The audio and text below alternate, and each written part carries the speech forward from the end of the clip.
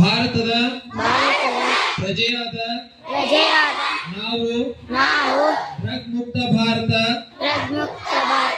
ಅಭಿಯಾನದ ಸವಾಲನ್ನು ಸ್ವೀಕರಿಸುತ್ತೇವೆ ಹಾಗೂ ನಾವು ನಶಾಮುಕ್ತ ಭಾರತ ಅಭಿಯಾನದ ಅಡಿಯಲ್ಲಿ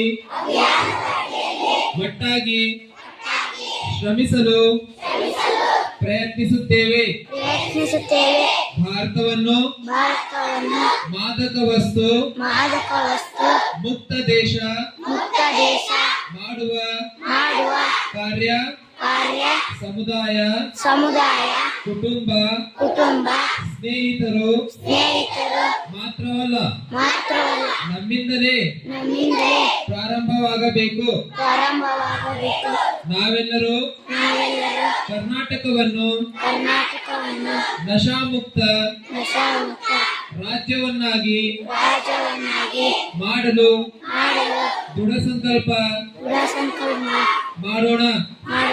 ನನ್ನ ಸಾಮರ್ಥ್ಯಕ್ಕೆ ತಕ್ಕಂತೆ ನಾವು ಸಾಧ್ಯವಿರುವ ಎಲ್ಲ ಪ್ರಯತ್ನ ಮಾಡುತ್ತೇವೆ ಹಾಗೂ ನಮ್ಮ ದೇಶವನ್ನು ಮಾದಕ ದ್ರವ್ಯ ಮುಕ್ತ ರಾಷ್ಟ್ರವನ್ನಾಗಿಸುತ್ತೇವೆ